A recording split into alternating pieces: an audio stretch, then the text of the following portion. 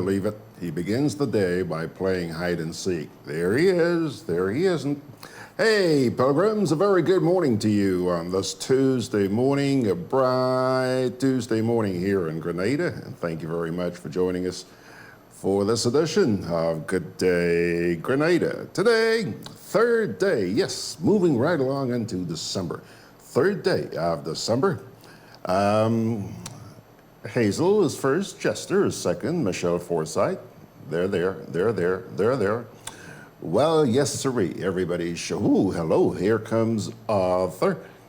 Who else is going to be showing up? I feel kind of good this morning because Ray is not going to be joining us electronically. He's going to be joining us. He's actually on his way, as far as I understand it. And he should be here momentarily. Well, let's take a look at the rundown and see what sort of mischief we're going to get into here this morning. We're going to begin with, I think this is probably about 11 minutes or so in length. It's a video of the NDC responding to Al Jazeera's documentary, Diplomats for Sale. There's a little mistake there. It says Diplomat for Sale. No, it's Diplomats for Sale. Please pardon that little error. He's been corrected. Yeah, yesterday they held a press conference, and also attending the press conference was the former political leader of the National Democratic Congress, Tillman Thomas. But what I'm going to play for you this morning is a statement that was read by the public relations officer of the NDC, okay, as they responded to Al Jazeera. Then we have for you the National Report. Yes, sirree, keeping our commitment. And as I mentioned, Ray is going to be joining us hopefully at the bottom of the hour. Sometimes he gets here a couple of minutes late, but nevertheless, he gets here. So I'm looking forward to hearing what he has to say this morning. There are a number of things I want to talk to him about this morning. Listen, I received a note just a little while ago that the Annandale water plant is going to be U.S. today, unserviceable. They're shutting down. When I got that note, I noticed that I still had water in my taps. But just before I came in here, I noticed that it had slowed to just a trickle. Folks, I don't know what's going on with Nawasa. I really don't. And let me tell you, a lot of people in St. George's were really, really peeved on the weekend because apparently starting on Friday afternoon, they had a number of outages around the city. And a lot of people were pretty irate about that. I got calls here, including one just before I went on the air yesterday morning. Not only that, I have heard from a number of people that it appears that some people's health is being affected. I understand that one family in particular, and I say family, not individual, family, had gone to hospital because of what they suspected was caused by the water. Not only that, forget about them people. Me. Since last week, I have been having, every time I drink the water, I have been having this terrible feeling, burping like you wouldn't believe, running to the washroom like you wouldn't believe. And so I'm not surprised when I hear from people. My landlady actually pointed that out to me when I hear that people are having problems suspected to be by the water. Not only that, instead of getting, crystal clear water from my tap, I was getting what looked like coffee. As a result, I have stopped drinking the water. My friend sent a little note to me this morning saying, George, I think you better boil your water. Well, I tried boiling the water. Didn't help. And then she says, or start buying bottled water. Good point. And that's what I'm going to do when I head out of here this morning, which will probably make me a pauper at the rate that I drink water. So yes, Nawasa, they're having some problems. They are having some problems. Ah boy. We're going to take that issue on in due course, okay? But all is not well. All is not well. And people are very worried right now as I speak to you. Let me, before I get into our first little piece here, let me go back here for just a wee bit. Ooh, boy, you guys are trundling in there this morning. So Kipling is saying good morning. John Nosy Neck on a terrific Tuesday. Well, John, I hope you have nice, clean water. Bernadette Thomas Alexis is saying good morning, George Grant. Yeah, that's my name. Bernadette Thomas Alexis. Nice to see you. Jean Pascal. Jean, are you back in Grenada? Bradley Vespre is saying morning. Well, good morning to you too, Mr. Vespre. Oswin Lewis is there. Joan Wellington. Margaret Francis says it's still overcast in New York City. Pretty good looking morning down here this morning, Mags. Pretty good looking morning. And by the way, there are two pretty big cruise ships, not enormous, but two big cruise ships in town this morning. Ernesto saying good morning, Gigi and families. Cold day in New York City. Rain and snow from yesterday. Still have some snow remaining on the ground. Ah, okay. Lydia James saying good morning. Hello, Lydia. John Nosynek says, I'm surprised the powers haven't tried to besmirch the NDC over this Al Jazeera video. Hey, give him some time, John. Says that water situation will do wonders for the tourist trade.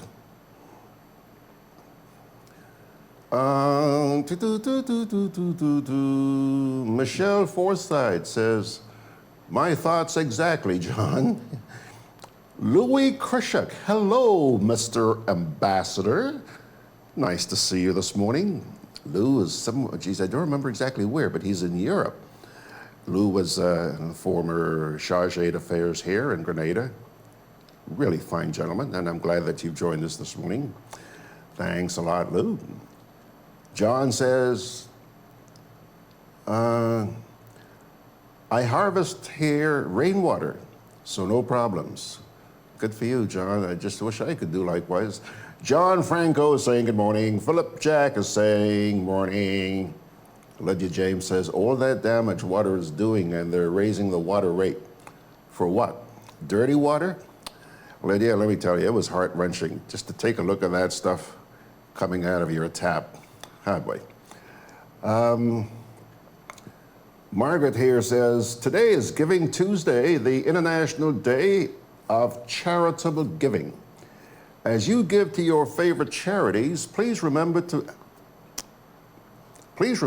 include Grenada Broadcast. No amount is too small. Remember, good journalism is necessary for a democratic society. Let's help keep Grenada Broadcast free and online. Donate a little, I remember that word, Mags.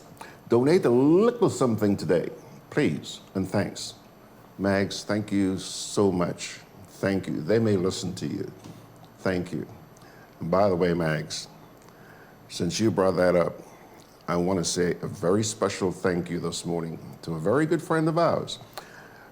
Very, very rarely does this man miss any of the programs we do on this platform. His name is John Nosynek. John's in Carriacou. And John, I thank you with all my heart for your contribution after the little conversation we had on the program yesterday. Thank you, John. I just pray that others will do likewise. You've been a blessing to us. You've helped in so many ways to keep us going, not just financially, but by your contributions on here, and we do appreciate that.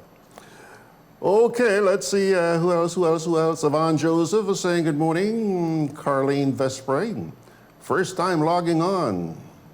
Good morning, George. Well, nice to have you, Carlene. I hope you make a habit of it. Claude Button is saying good morning. And John here, John says, done just that, Mags. Yeah, John, we appreciate you. Big hug. Grenada Sunshine says, my people, Grenada needs prayers to pass this dark cloud we're under. Huh? Yeah, we do. Okay, my dear friends, here we go. This is the statement issued by the National Democratic Congress yesterday at their press conference in response to the documentary that was aired by Al Jazeera over the past week. You're also going to see the former political leader and Prime Minister of Grenada, Mr. Tillman Thomas, sitting right there. But we're not going to show you what he had to say because we don't have time. I think the press conference went over an hour. But you'll hear the statement that was issued pertaining to the documentary. So I will start by reading a prepared statement, copies of which I will email to you subsequently, on the situation with the Al Jazeera documentary. It is an accepted truth that corruption is damaging to the reputation of a country. It negatively affects direct local and foreign investment, thereby stultifying economic growth and sustainable development. Corruption undermines democratic institutions, justice, and the rule of law. Perhaps the most damaging aspect of corruption is that it hurts the poor and vulnerable more than any other sector of the economy. When our most vulnerable people are made to depend on corrupt politicians for economic and social support that should be delivered in an impartial and non-partisan way by government, then they become beholden to these corrupt politicians and feel that they must keep them in power by continuously voting for them. And so a vicious cycle of poverty and rampant corruption continues. It is no secret that Prime Minister Mitchell's long-lasting legacy will be that of corruption, which seems to follow him everywhere and bringing the country into disrepute. His legacy will also be one of being very efficient, of winning general elections, but dismal at good governance, responsible government, accountable and transparent government. He will be notoriously remembered for literally selling us out. From our prized real estate, such as Mount Hartman, Rivera, the Lagoon, and the Radisson properties, to our oil and gas resources, to our good name with the fiasco that was the offshore banking sector, and now to our birthright in the form of our prized passports. In 2001, we lost our special status of visa-free travel to Canada. This was a direct consequence of the then Keith Mitchell government's insistence on pursuing the Economic Citizenship Program, which was much like the CBI program. Despite repeated warnings from the Canadians that undesirables were showing up at their shores with Grenadian passports, then criminals like Van Brink, Victor Cozzini, and Eric Restainer ended up holding diplomatic Grenadian passports. Our reputation and the financial services sector never recovered from that onslaught. Yet, here we are again in 2019, embroiled in another international passport scandal. Just before the 2018 elections, the organic shrimp farm project was launched in Victoria, St. Mark, amid much fanfare. In a sick twist of fate, it was to be located on the identical spot as the ill-fated chicken farm, which did not produce a single feather. But US $6.8 million disappeared between 2003 and 2004. Grenadian taxpayers had to repay that money as it was a government-guaranteed loan. Based on the information we now have, we know that it was not a genuine launch, but a big rah-rah because the elections were coming and government needed to announce something. So says Leo Ford, one of the principals of the project. It seems to us in the NDC that this project was a sham all along. The many grandiose promises associated with the shrimp farm were never going to materialize, and the investors probably knew that from the beginning.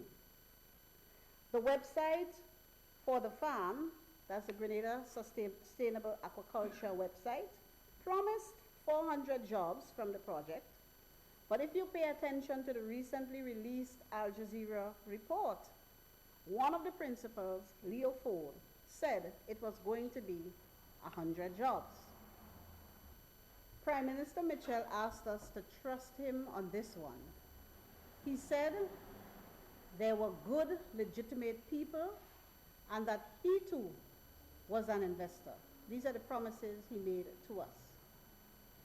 It was reasonable for the people of Grenada, therefore, to believe him, since he was also the CBI minister, and this was a CBI project.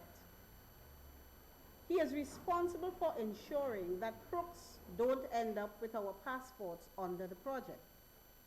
Now it turns out, again, he has breached our trust.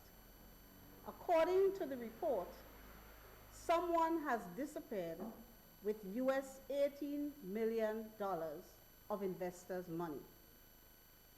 Our country's reputation is not only dragged into the mud once more, but these investors can very well sue our government for their monies.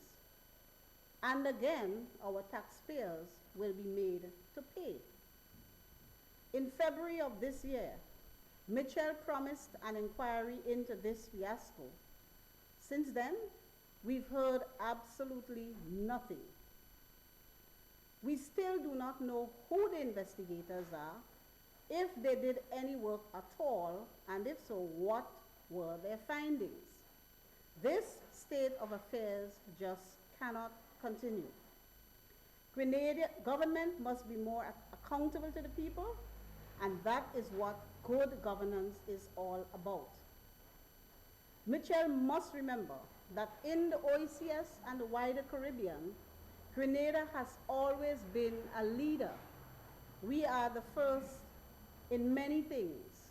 The first in the OECS to attain independence. The first in the OECS, in fact, in the English-speaking Caribbean, to have a revolution. The only Caribbean country that has fought a war with the United States. The first in the OECS to obtain an Olympic gold medal. The first in the OECS to obtain a World Championship gold medal. And the list goes on. the most celebrated country for individuals winning the CXC Regional Award. So we are leaders in many respects, some good, some not so good, but most positive. So, Mitchell must now understand that as a regional political elder, the younger Caribbean leaders will be looking to him as an example and as a mentor, especially given his success rate at the polls. Is this the kind of leadership we want to emulate to our regional brothers and sisters? No wonder so many of the other younger leaders in the Eastern Caribbean are now being labeled as corrupt. They are emulating Mitchell. The NDC calls on the government of Grenada to conduct a public, transparent inquiry into this matter and to make all the findings available to the people. We must know who, if any, of our government and public officials were involved in what now looks like a scam. We also want to know who among the principals are out there with our passports. Finally, the NDC appreciates that there are many countries of the world that run clean, transparent CBI programs. In fact, when we left office in February 2013, we were in the process of engaging the same company that helps the Canadian government with their program. Canada has one of the best and most respected programs in the world. No country can run a proper CBI program if the officials around it are corrupt. NDC therefore demands that there must be substantial changes to the CBI law now. These changes must include, 1, making it a criminal offense punishable by long jail time to sell diplomatic passports. 2, making it mandatory for the names, addresses, and countries of origins of all persons applying for and obtaining CBI status to be published. 3, making it illegal for government officials to invest in CBI-approved project. This is a clear conflict of interest. 4, requiring stringent due diligence that is not influenced by government officials. 5, removing some of the powers of the minister into the hands of an independent, qualified body. And 6, barring persons acquiring CBI status from being able to vote in our elections. Thank you, brothers and sisters, comrades of the media. Sorry for the earlier mishap, but these are the statements that the NDC has at this time relating to the CBI program. That was the NDC's Public Relations Officer, Claudette Joseph, speaking at their media conference yesterday. Folks, I'm going to speed along here because I don't want to keep Ray waiting when he gets here, but I'm just going to touch very briefly on at least one comment here. John Franco, folks, I'm not going to give up. John says, my question is, how come with an opposition in the country, you win 15 out of 15 seats and call it a fair election? I haven't got a clue what you're talking about, sir. I didn't even know we had an opposition in this country. I really didn't. Okay. Good morning, Jackie O. Good morning, Ryan. John says the investors dare not sue the government since their shady practices and that of the government will go public. Good point, John. Ernesto says, I want to know, Philip Jack, we only have 1 hour. I'm sorry, I'm not going to be able to read all that stuff. Ernesto says, I want to know why the shrimp farm location was all up in the bushes and not close to the river or the sea.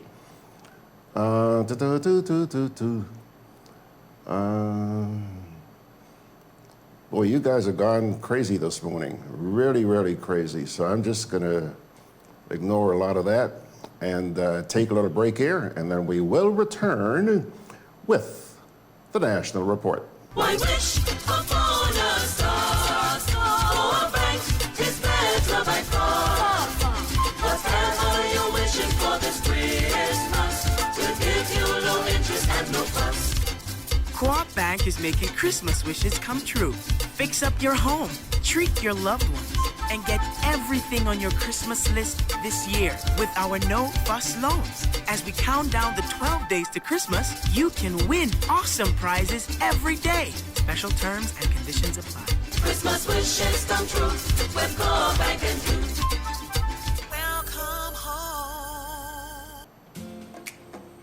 Juve chocolates, cocoa nibs, and cocoa balls from Diamond Estate Grenada are now available at Amazon.com, Amazon.ca, Amazon.co.uk, and GrenadaMarket.com. Try their sensational touch of nutmeg and a touch of ginger chocolates, 75% dark and rich, 100% pure cocoa, and their 60% dark and sweet chocolate bars today. Amazon Prime members enjoy free shipping on these orders in the USA, Canada, and Europe. GrenadaMarket.com.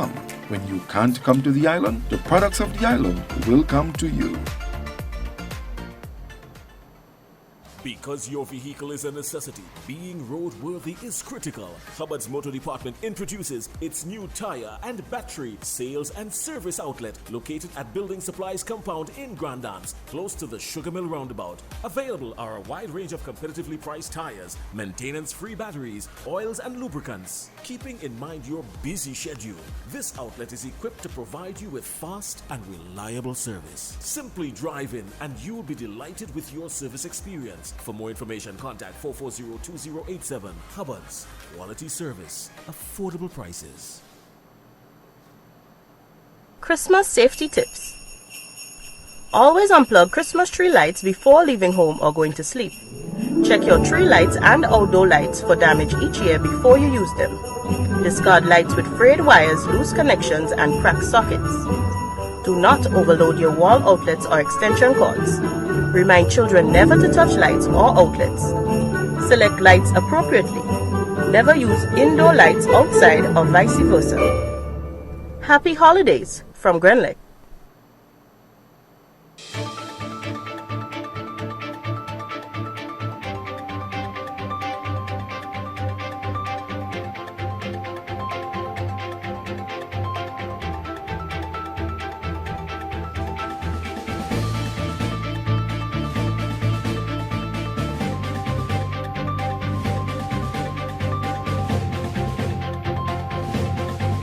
Leader of government business in the upper house says a paradigm shift is needed to transform the economy.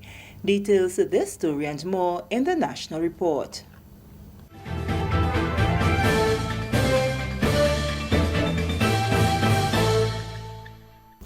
Welcome back with the details to the news for Monday, December 2nd. I am Sherry Ann Noel.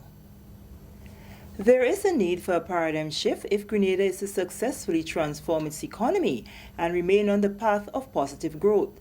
Minister for Climate Resilience and the Environment, Senator the Honorable Simon Steele, during his contribution to the 2020 $1 billion budget, said a new development paradigm shift is required for transformation to occur. The 2020 budget focused on empowering communities, growing the economy, protecting the environment, and strengthening institutions. Senator Steele said an overhaul must be done within communities, institutions, and the mindset of individuals if the 2035 sustainable goals are to be achieved. From focusing on our limitations to embracing the many opportunities and possibilities that are being presented. And from finding reasons not to do to problem solving and taking meaningful action. How to turn those threats and challenges into opportunities. How to flip the negative of our small size to a positive and finding ways to become more nimble, more fleet of foot as we embrace new technologies, knowledge, vision, and attitudes to leapfrog in an effort to further our development cycles. According to Senator Steele, there is a need to stay on the course of positive development. He said after recording positive growth for 7 consecutive years, Grenada cannot go back to the years of foreclosures, late salaries, high unpaid debts, and negative growth. Let us not forget, Mr. President, an economy back then in free fall with years of negative growth, record high unemployment, business and investor confidence at an all-time low, record high business closures, home mortgage foreclosures, a government unable to manage its finances, spending more than it earned, a government unable to pay its bills, a government unable to pay the salaries of public officers, and a government selling assets to pay salaries. Mr. President, a failed government, a country in decline, and ordinary families struggling to make ends meet. This is why we must stay the course and continue down the path of fiscal responsibility and sustainable development.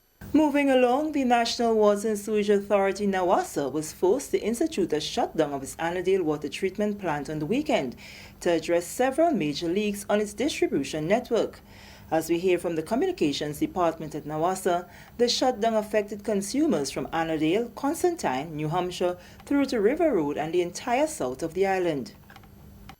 Crews worked throughout the night on Friday and into the weekend to repair 9 broken mains, ranging from 4 to 12 inches in various areas along the Annandale distribution network. Head of the Transmission and Distribution Department, Mr. Ernest Bruno, while apologizing to the affected consumers, explained what can be referred to as an anomaly. On behalf of NAWASA, I wish to express our sincere apology to the residents of the town of St. George and throughout the parish of St. George's, to the persons affected over the weekend who are supplied by the Annandale water system.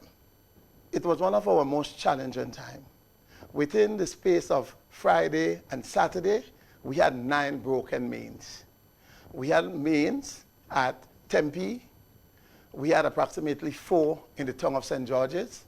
We had 1 at Belmont and 2 along the Mongay-Bolio Road.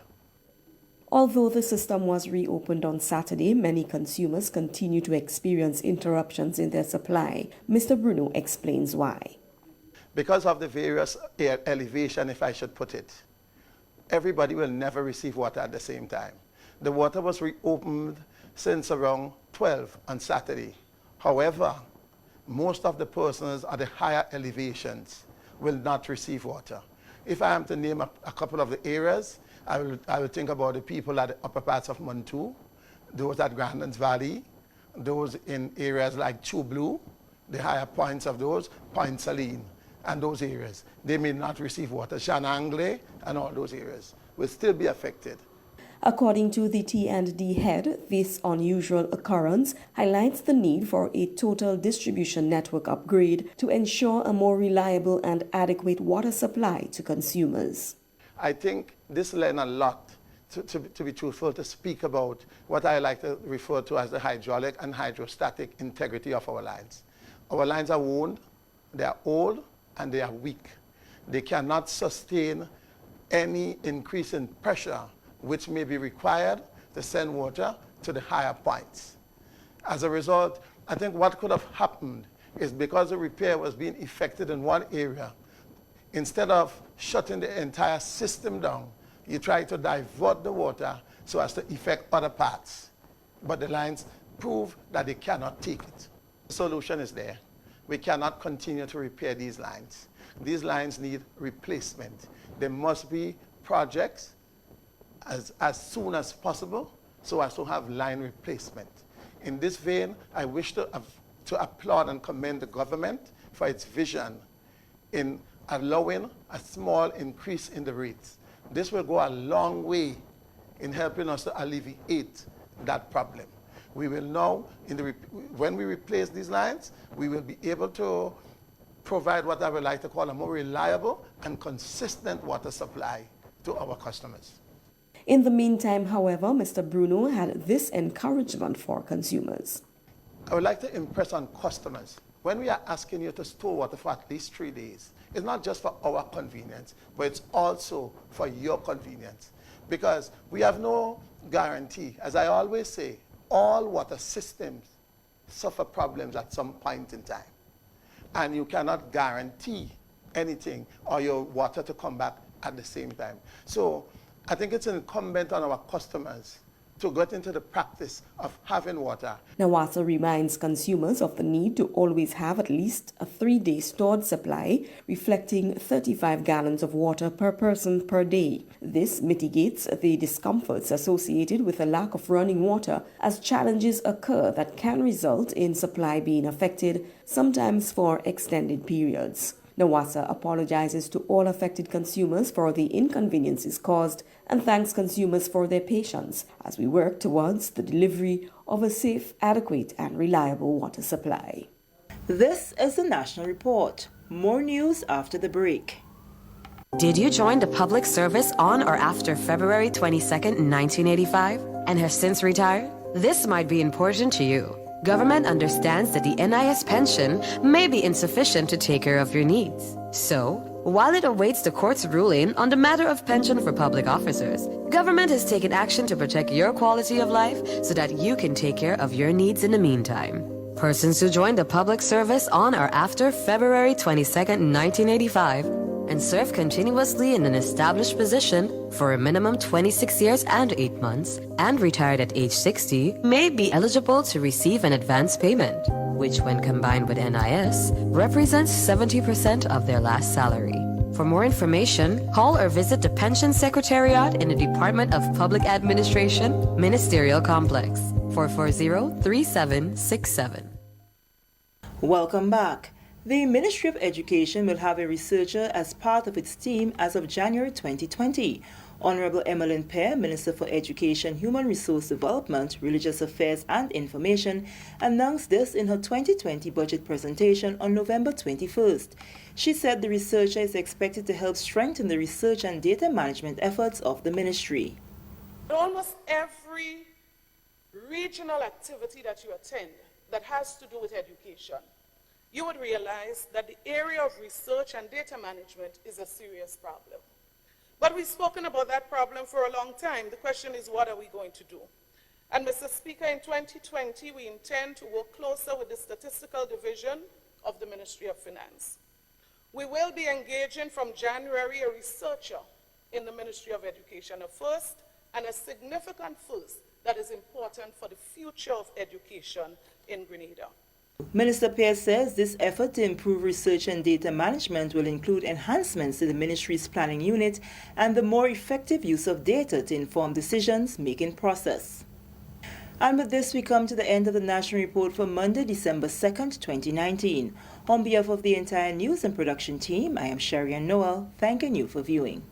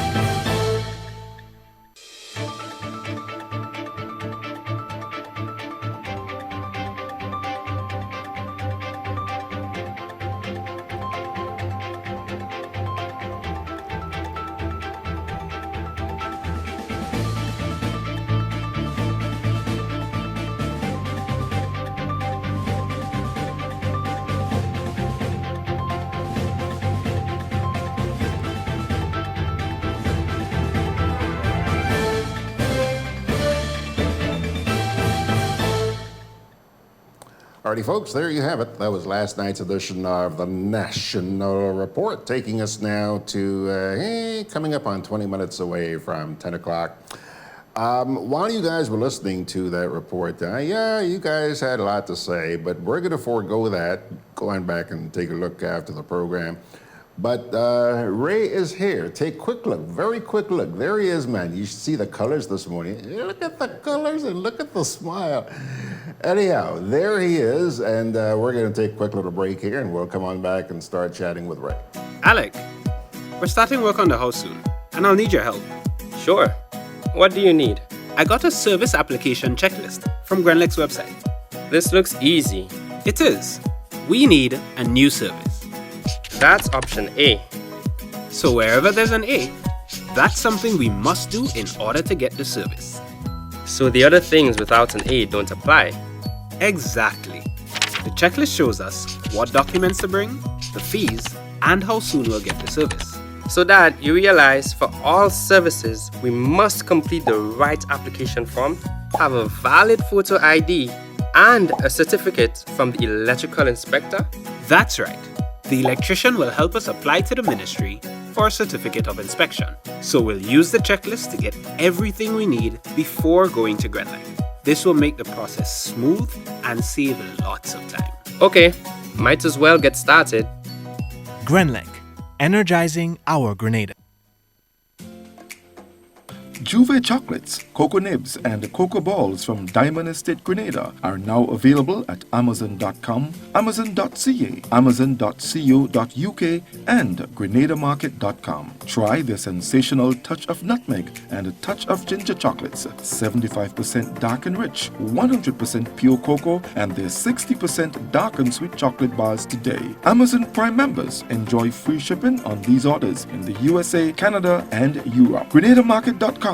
When you can't come to the island, the products of the island will come to you. Can I have a chicken lunch, please? Large. Real nice today. I don't want that. But you just asked for a chicken lunch. I don't have problem with the lunch. Afraid the container. What is the problem with it? These styrofoam containers, they don't good for the environment. They shorten with life. What foolishness you telling me? So what you want me to use? Put my food in this. Where you get that? At the food fair, where you could get all biodegradable food boxes and disposable food supplies like cups, plates, anything you could think about. Name it, it's there. And they don't harm the environment. Food fair, taking the lead in cleaning up and protecting the environment. Hey, like you take me advice, you get in your biodegradable food supplies. Well, girl, I supporting who supporting the environment. That is why I shop in at food fair. Food fair, where you can fill your baskets without emptying your pockets. Products distributed by Hubbard's agency, Kirani James Boulevard. Why wish upon a star? For a bank is better by far. Whatever you're wishing for this Christmas will give you low interest and no fuss. Co-op Bank is making Christmas wishes come true. Fix up your home, treat your loved ones, and get everything on your Christmas list this year with our no-fuss loans. As we count down the 12 days to Christmas, you can win awesome prizes every day. Special terms and conditions apply. Christmas wishes come true with Co-op Bank and you.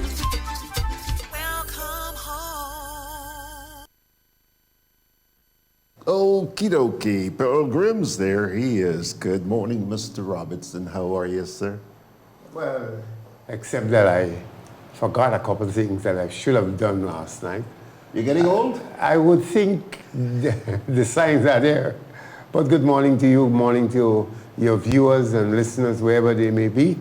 George, it's been a wonderful morning so far. I have had my sea bath and I'm going to do some driving, try to get as far as Vincennes to pick up some jerseys that I should have had in my car last night.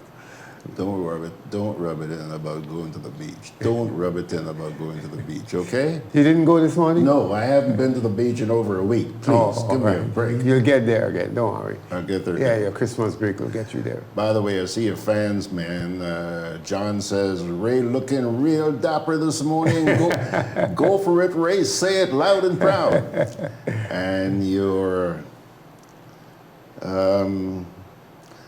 Pele Darbo, you know Pele? Pele is my good friend. We worked together, in fact, for quite a number of years, and I see Pele still doing a good job. You get the scores halftime on Facebook and what have you. Good job, Pele. You help me all the time still. He says to you, good morning, rather festive. I guess that's the way you're looking, satirically correct. I never thought about that one. Ray, listen, man, a couple of things. First of all, what's up your sleeve this morning? Well, basically, I want to see 2 or 3 things that I thought, for me, were positives in terms of the profession that we are in. I think that what I've heard, what I've seen a little on television, a lot on Facebook, a little on radio. One, I thought the coverage of what is taking place in Dominica by not just the Dominica media, but most media houses across the region is good for democracy, talking about the fact that that government blatantly disregarded the OAS recommendations and shamefully using propaganda to cover what seems to be a dishonest process. I think we have seen a good coverage from the media. I had a bit on Make Me Chat. Am I saying it right? Make We Chat. Make We Chat. I thought that was a nice combination of views that covered a wide region of the Caribbean. And I hope it doesn't stop there, because we need to expose the cheaters in each of the territory. I mean, it is good to hear that people are, even supporters are saying, let's begin to check and see if we're really doing a fair game.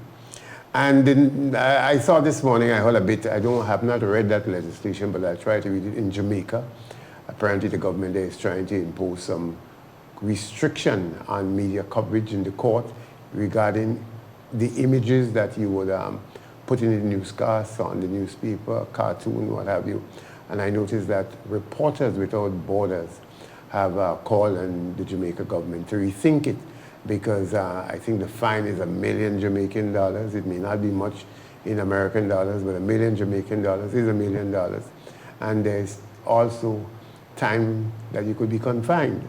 So that too, again, seems to have resonated with the Caribbean. And you're getting voices saying, look, if we're going to be talking democracy, we can't have the government restricting your coverage or your participation or limiting it to that extent where you can't really give a vivid description of what is occurring. And I would say too, the Al Jazeera thing tells me how, I would say, our government, Grenada, the others in the OECS, take advantage of the local media. Because I haven't heard them say a word about suing anybody. I haven't heard them say, had it been a local media in any of the islands, they would have gone to court, taken injunction, do all sorts of crazy things, and frighten away young media workers. Al Jazeera has taught them a lesson. You have to listen to the facts. It's not propaganda. Yes, you may have a different perspective, but they have presented it on a platter. So, George, for me, 3 positives for the media in the Caribbean and the media as a whole. I think Margaret summed it up well yesterday. Somebody had suggested, how come it is that Al Jazeera has not been sued? And Margaret said, you ain't going to see that happen. Because if they sue, there would be something called discovery, and then all the dirty linen will come out. So they ain't going to go ahead and sue Al Jazeera. Well, I thought, at least for local consumption, that was my expectation, to create a big fiasco about local, we're going to sue them, we're going to go to whatever court in the world. They all are like a dog beaten with his tail between his legs. That's what it is, including our Prime Minister and everybody. Nobody seems to have, the nonsense about the other political party resonating trash that has already been thrown into the wastebasket. That doesn't have any standing. What is there is that we are seeing our leaders doing not just hanky-panky, but being dirty and murky in the dark of the night. Ray, look, what we saw on Al Jazeera, it was nothing new. Come on, you knew a lot of the stuff that you saw there. How come this intense reaction to the Al Jazeera documentary when we've been saying this stuff God knows how long? Well, I think whether you like it or not, there's still a great appreciation of foreign presentations than what you local people done. You could always be tagged. George Rome is either paid by this or George Grant. In fact, I saw you. I hope I could get a picture like that. They asked, are these three people real Grenadians? You, June, and George. You know, so I'm saying that it is easy to target local people and slander them and create all kind of, you know, ill will. But seeing it on television, hearing a foreign voice, and one of the biggest media conglomerate in the world, I mean, it tells a different story. It's not just broadcast to Grenada, as you know, it's broadcast globally. And they have great percentage of viewership in the world. Without that, they can't function, just like CNN. So my embarrassment is that it's not a happy tourism product. When people come, they may ask you questions. I mean, is it that dirty? Yeah. I mean, you don't want questions like that. Michelle Forsyth is saying here, Al Jazeera also taught us how to do proper reporting. Their investigative journalism showed the professionalism required in order to not give suits a chance. I think, let me put it this way. In the Caribbean, and particularly in the small islands, it has nothing to do with whether the content is right or the content is misleading. It is a dominance of the culture of the political leaders just to wipe you off the map. Wipe you off the map completely. So while I agree with her, I'm saying in Grenada, I worked in it, I could tell you.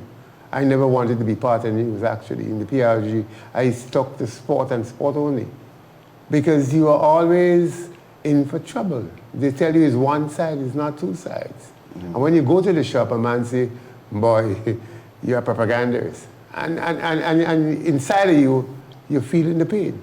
So whether or not we do it like Al Jazeera in Grenada, I'm telling you, I'm sure, without doubt, had it been any local station that just voiced it, Al Jazeera could have produced it.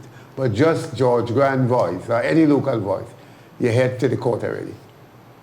Let me ask you, Ray, now that this is out in the open, seems little doubt that it's factual, okay? Is anything going to come of this, Ray? Yes, I think the society will become a lot more conscious. You know, sometimes, look, George, I work in advocacy quite a great deal, and I have great respect for people like Sandra.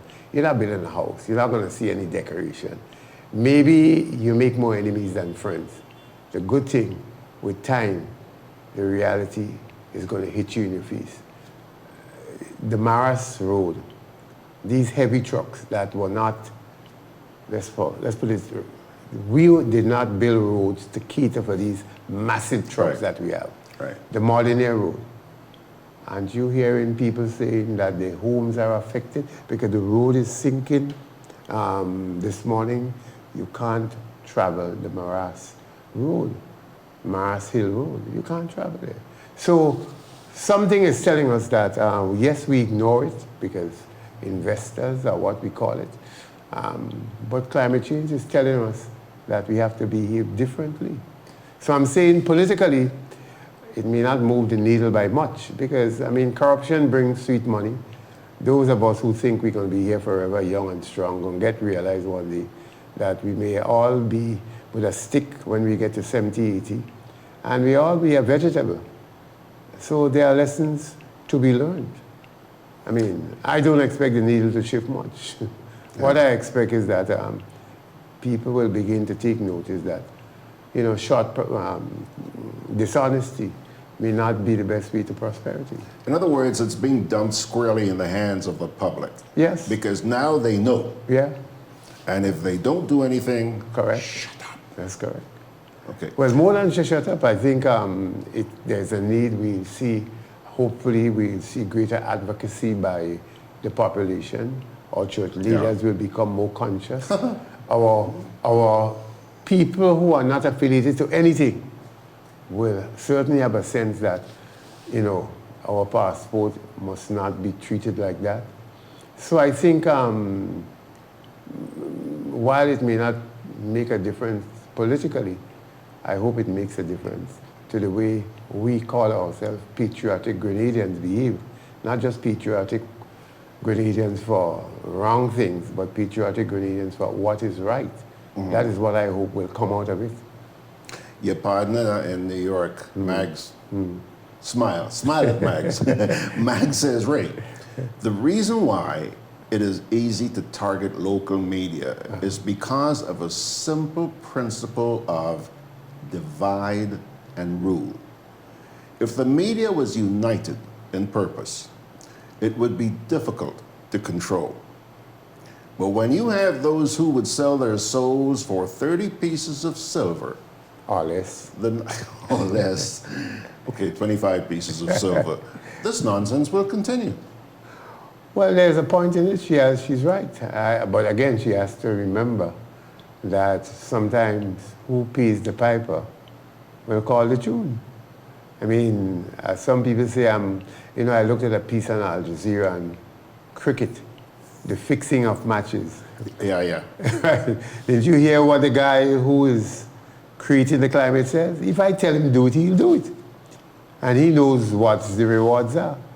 So I guess he also could be a Christian, a practicing Christian.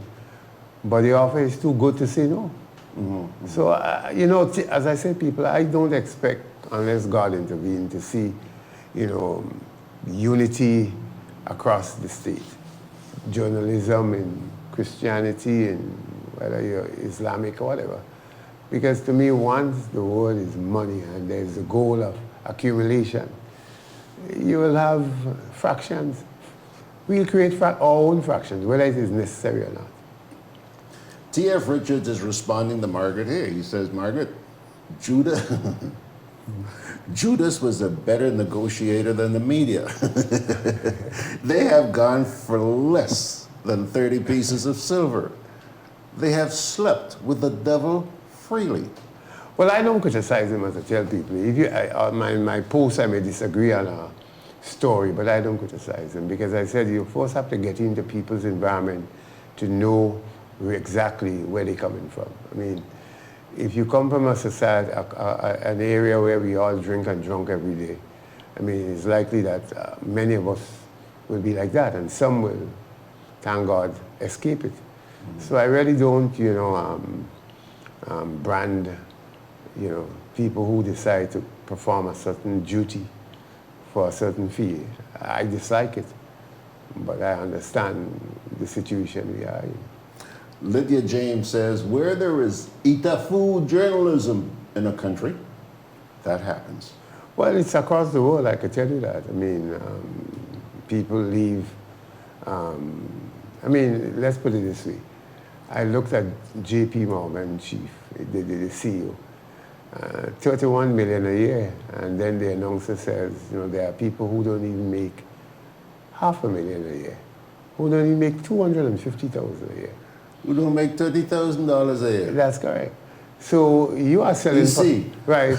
You are selling passports, and the numbers are beyond all your expectations. You certainly would sleep with the devil. I mean, I'm not saying our government, but governments have a way of enticing the best media practitioners. Some say no, but some say I'm going to do it in the interest of the state. It's patriotism, they call it, to help prop up, something that is definitely not viable. Before we get off this particular topic, somebody here is asking, do you think the young people are paying attention to what is going on presently? Well, I haven't done any survey. I play tennis with some young ones. I gave about 4 of them a drop yesterday from Happy Hill to town, and they were carrying on their conversations about the road. It's not properly done, and it's breaking up here and there. They were all under 15. I didn't initiate the conversation. So I would say they are aware of some of the issues. Whether or not they take it to heart is another point. But I'm sure we'll hear some of it in the GRENADA debate. I hope it's on this year. I'm sure that some young people are as wise as perhaps those of us who are older. And they are recognizing that, you can't build a country, you can't build a community, you can't build anything, unless you have to have a solid platform. And, it's the only way you will get a community that is decent. Anything outside of that, chaos will reign, as we see in some little communities, even in our own country. T.F. Richards is saying here, Ray, as long as we go about being sympathetic to one's position, the powers that may be will always pounce on the vulnerability, and the saga would continue. How sad. You remember Clint Eastwood movie, For a Few Dollars More? Yes, I saw it 100 times. I love it. So you know where TF's coming from. Yeah, but you see, I think TF has to understand, it's good to repeat strong phrases and, make sentences that are very impressive. Culture is based on where you come from. Yeah. Some of us recognize that we have to leave this and go to that. The Prime Minister said the juice is sweet, and some people don't want to give it up. You're talking about corruption. Say yes, you can understand why the juice is so sweet and some people live and die in it. Yeah. We have to create that awareness. And as I say, it's incremental. It may be changing one person in 5 years, but it takes a while to let people. I look at Facebook quite a bit, and I see even people who are supposed to be more religious than I am. They didn't see nothing wrong in that. What selling passports or whatever it is. Ralph Gonzalez says, look, St. Vincent and the Grenadines will not be in that. He is so patriotic towards St. Vincent and the Grenadines. He believes pirating and being mercenary to his passport takes away from all that he has worked and, championed. Some leaders don't see it so. Some leaders see it as money. How your partner, Mr. Bezinski says, money? Something like that. So some people see it as money. No, as I said to some people, and that's a conversation I come across every day. You're wasting time with them boys you are, you're talking politically. If I were you, I would consider doing as your friends and them. Join where it's rosy. George, you'll never see that. I have never been, let's put it like that, someone who sees money. I don't have, but I don't see money as it. As I tell you, the people who I admire the most are the people who live simple lives. As I tell people, one of the people, when I did an article when he died, Tony Rennie. I looked at Tony play tennis at 55, 60 against Richie Wood, I was 16, and took about 4 hours to beat him. And I said to somebody, I would love to be like that at that age. When you grow up. That's correct. Because the point was me, here was this man in his late 50s, maybe bordering 60, against a young man under 18. And you can see there's no huge tummy, you can see athleticism. So for me, it's like, again, I say to people, such Sir Nicholas Braffin. I went by him a day and he sat in the veranda. He was listening to cricket and I said, I look around. I see what, Prime Minister, he was out of office. Where's security? He said, Ray, you know me for more than 50 years. You ever hear me do anybody anything? He said, I don't want no security, I don't want that. No, for me, that is the beauty of life. That is the beauty of life. I have seen others who have $1 billion, and I may very well reach there, but they have become a vegetable, young age, 70-something, early 70s. I have the greatest admiration for Dr. Keith Mitchell and his pursuit of, fitness. That's why I go on the beach. That's why last night our team won the team championship in the table tennis tournament. I got licks, but there was a 14-year-old guy, Vijay Valsin, who won the key match. He beat his teacher, who maybe about twice time his age. But the point I'm making, for me, that is the beauty of life. So I have no thought about, I'm going to George Grant because he has money, and I'm not going by Margaret because she's a little poorer, which I know is not right. I know it's the other way around, Margaret. You are much richer than George and I. So, you know which Margaret I'm talking about, eh? Yeah. Oh, Margaret. Yeah. I noticed you're not smiling. Well, I'm taking it all in, Ray. I'm taking it all in. Yeah. All right, so, George, that's how I think. And I'm saying to T.F. Richards, some of us may have this, this conscience that says, let's pursue the honorable things. Others may say God may not see us if we do the wrong things, or he may forgive us. T.F. says here about the youth, he says, the youth are not as foolish and dumb as we sometimes feel, but there's the active of being placed on a blacklist based on their beliefs. And most of them are at a stage of their lives where they're trying to move forward. To which John responds by saying, T.F., they are far from foolish. They just keep their thoughts close to their chest for fear of labeling.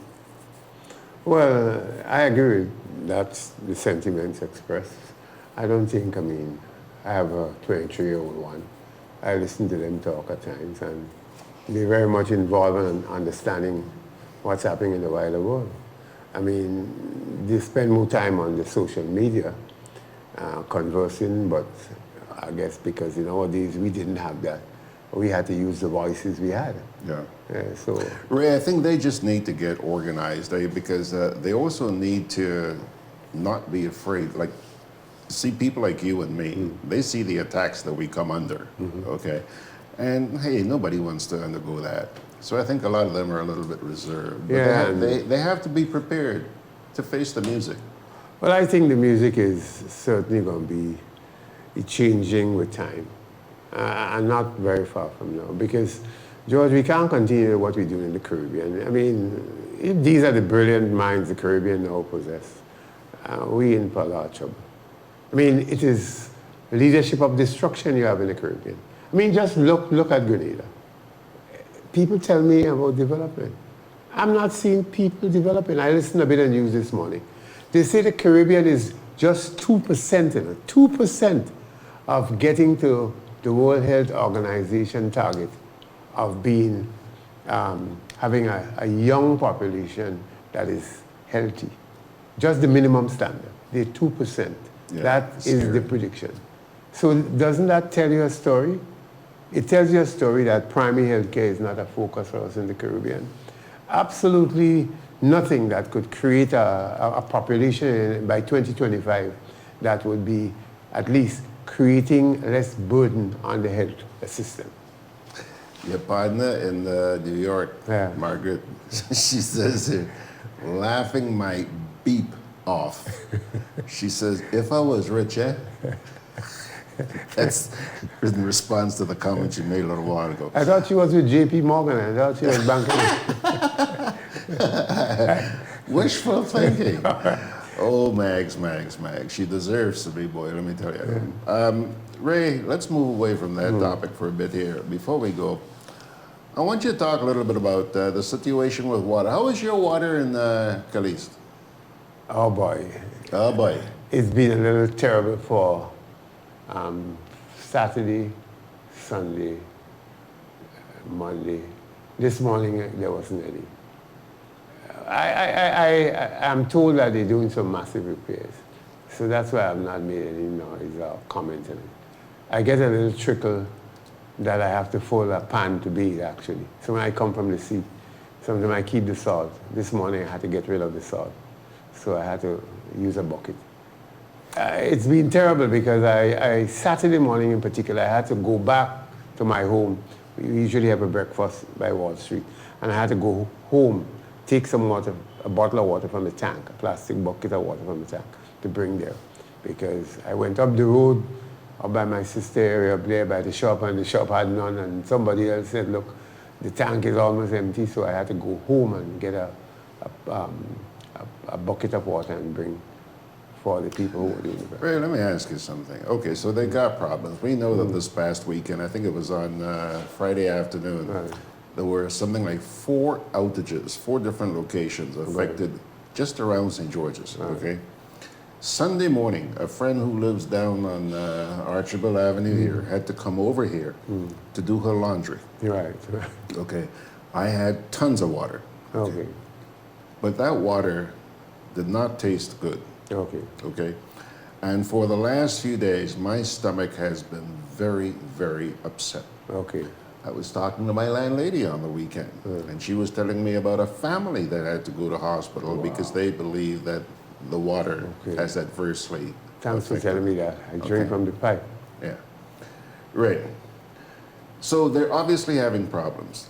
Now I wonder, in light of the fact that in the run-up to the last election, we were told that, if I'm not mistaken, $100+ million. Yeah, I know about that. From the Green Climate Fund? Yes, that's correct. For water? Tell me, sir, has that money been used? I think so. For what? I think that's what, I know they were doing some work in Jean Anglais and the Gulf Coast area, coming over the Gulf Coast area. They lay new pipes, bigger pipes and so forth. So I know that they were, I really have not followed it extensively, but I know that some work started. How extensive, I don't know. I know they had a consultation in Cadiz School. I was there. And one of the things, you know, a few of us were championing, and we hope they include it, is that every home should be on the sewage facility. They had said they were not going to include every home. We were saying, look, that is a mistake. You have to have every home in that South St. George on that facility. Because clearly, if you look at it, the water comes down from the slope, the top of the hill. Houses have been built there. There's still some pit holes. The water coming down now because we all have a guttering. So it's not water that is trickling into the earth again. It is water that is washing down the hill and bringing down everything and ending up in the sea or ending up somewhere. And the German-Canadian team of consultants, they took note. But I'll say to you that we have not really followed up to check to see if it's on, you know, if it's in the final planning or whatever. I trust that the money is being properly utilized, and the stoppage that we are experiencing are part of the work being done to improve the system. NAWASA has a lot of things to address, and let me tell you one more here. I pay my bills religiously. I received a bill a little over a week ago that said I owed them $176. And I went, say what? Okay. So I decided, let me get on the phone and talk to NAWASA. The first I made 6 phone calls to NAWASA. The first 2 were answered by an operator. I said, excuse me, I'm calling to check on my bill. She said, okay, hold on. Transfer me to an extension. I get a voice recording. That voice recording says, leave a message. So I call back the operator. Excuse me, ma'am, that number, there's nobody at that number. Could you try again, please? Okay, hold on. Puts me through to another number. Same thing. I get another voice recording. That's 2 calls. I call back a 3rd time. I get a voice recording now from the operator who was answering me all the time. Right. I guess she's, you know, she knows the same guy calling back. All right. And the recording says, leave a message. Left a message. I called a 4th time, Ray. Same thing happened. I called a 5th, and by the way, when I called the 6th time, I started recording these calls when I made the 3rd call.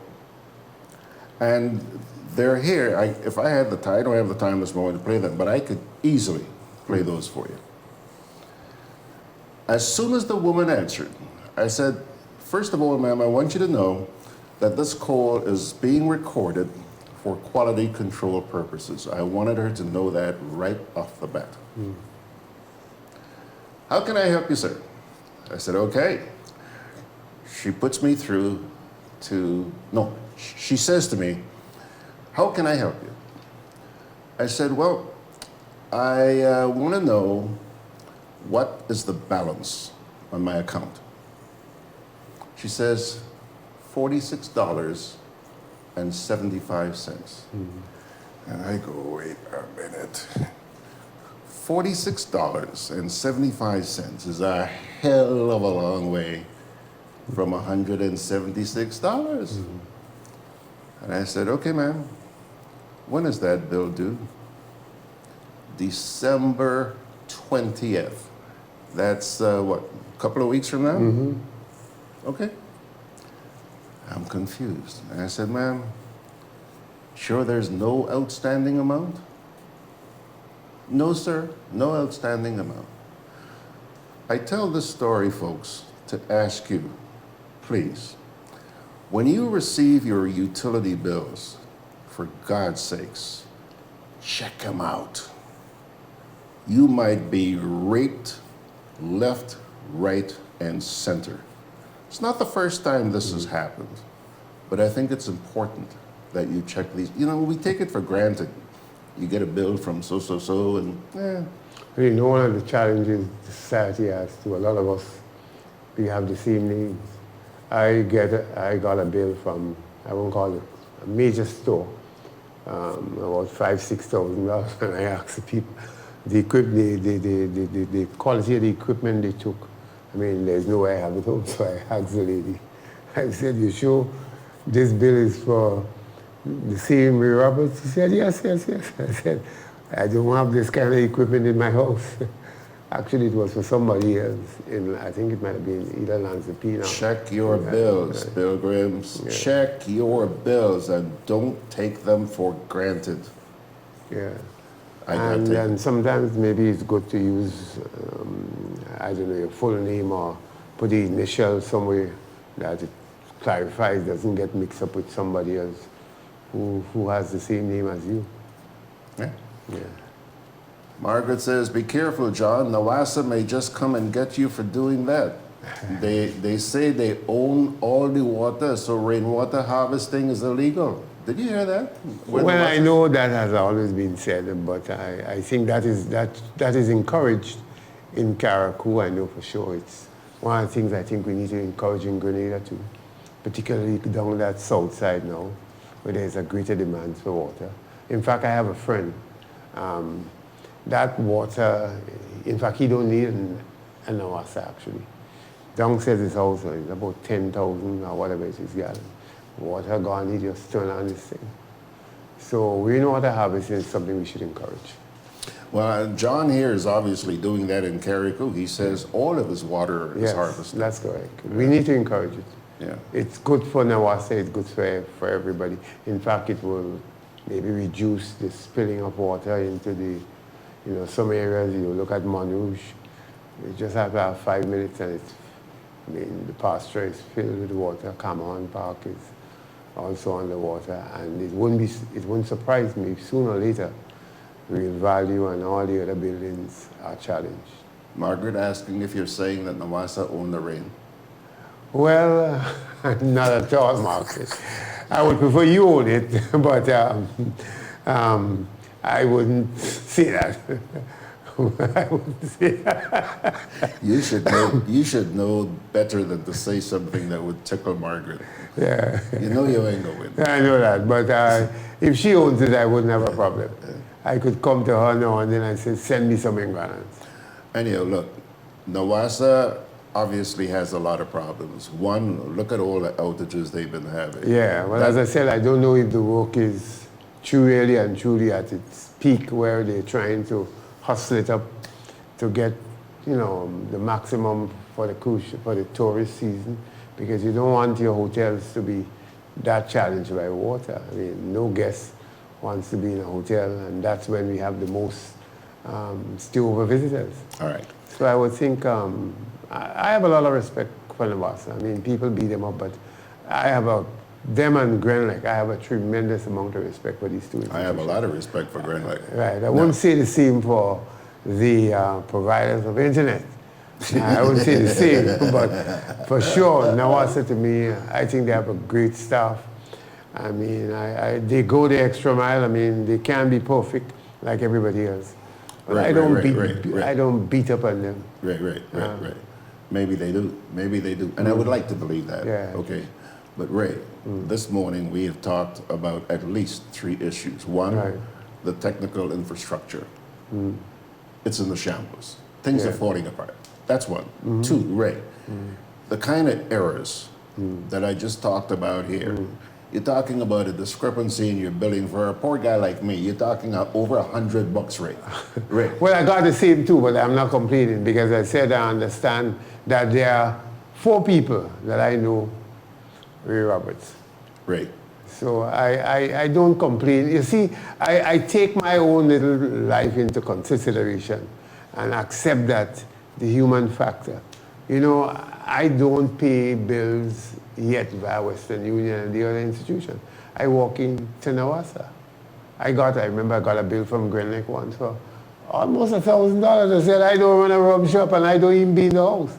When they checked, it was all wrong. I got credit because I went to pay the money, but I paid some, and I got credit I didn't have to pay for about 3 months. And they were very apologetic.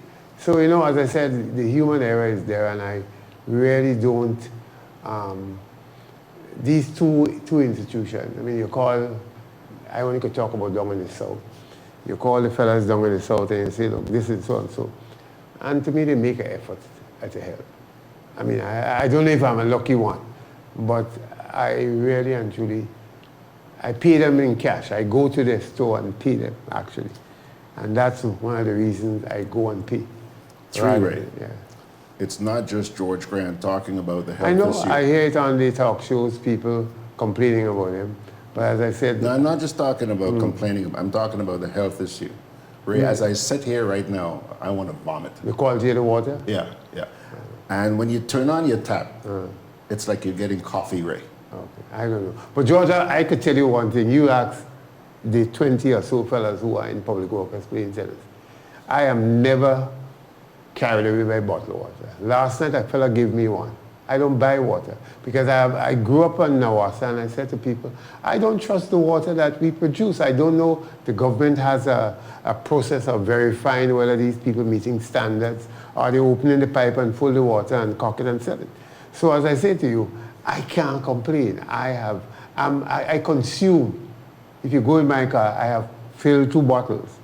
And I'm not denying that it because, you know, I have a sister who don't use it too.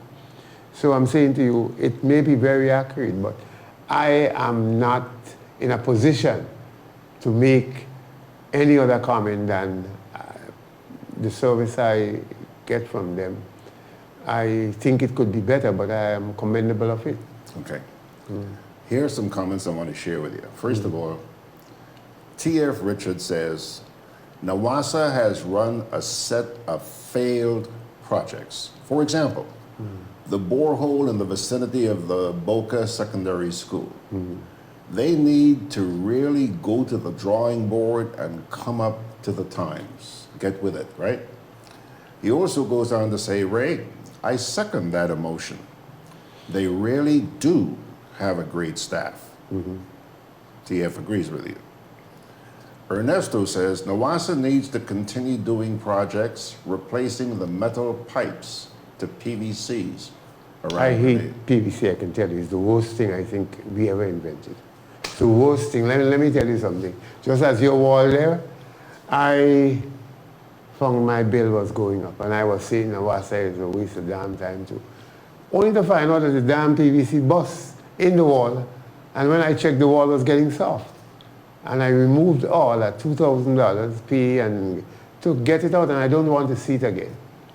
And I'm not the first person, because you know, I was told that I should have had a meter control to this pour the water. I think George Rumler told me that. If the water come with greater speed or greater volume, it will not interfere with the joining of the pipe in some areas. So again, I have a different opinion. I prefer the metal pipe than this PVC thing. I like to be fair, and let me share this with you. I lived in Tantine for a lot of years, and I was never able to drink water straight from the tap. Serious? I had to boil everything that I drank. Ray, February 7th, Independence Day, will be 6 years since I moved in here. Okay? Ray, nothing but tap water. Yeah, that's what I drink. Fill the bottles, put them in my refrigerator, and drink. Yeah. But Ray, a couple of weeks ago, I started with this heartburn, diarrhea. I would understand that. Because, you know, the fact that... And then when you see the color of the water. No, but I agree with you in the sense that this interference with the mean and so forth, I quite agree with you, because it seems to me that you turn on and you may not be doing all correct. Even the purification, you may be not as you ought to be. So I will quite agree with you that what's happening now is a makeshifting and may not be healthy. Maybe I should pay attention to that. I really and truly have to tell you, last night I drank bottles of water because we played for how many hours? From 6 until about 10:30 last night. So, you know, and there's no bar inside there except Namasa water. You go and purchase water by Angle and the Carnage. Interestingly, this morning, my neighbor on Archibald Avenue, she sent me a note saying that, George, you need to start buying bottled water. And my response to her was, at the rate I drink water, I'll be a pauper. Now here's a note, 2 lines from Margaret. Margaret says, yeah, Ray, I have the same problem with a busted pipe in a wall that I need to get fixed. And then she says to me, I boil the water and drink it. Yeah, I would love to do it, but George, I never remember. Except that I like tea, so I have to drink tea in the morning and sometimes in the evening. So, and I unfortunately will only boil about enough to fill a cup. Because it takes a few minutes to put a pot. It will take a kettle, it will take a little longer. And gas. And well, again, it's me alone in the house. I live alone too. So the gas, I know I don't really, let's put it this way. It's not that I don't bother, but I understand that it has to be used. All right, let's hope that they get their act Yes, together. I hope you get a quality service and your health will not be impacted. Yeah, that bothers me. That bothers me. Okay, my friend, thank you so much. Yes, well, I'm leaving now. We have a Paralympic event today. Today is the International Day recognizing persons with disability. Okay. It's the UN Day. It's observed around the world, and we're having a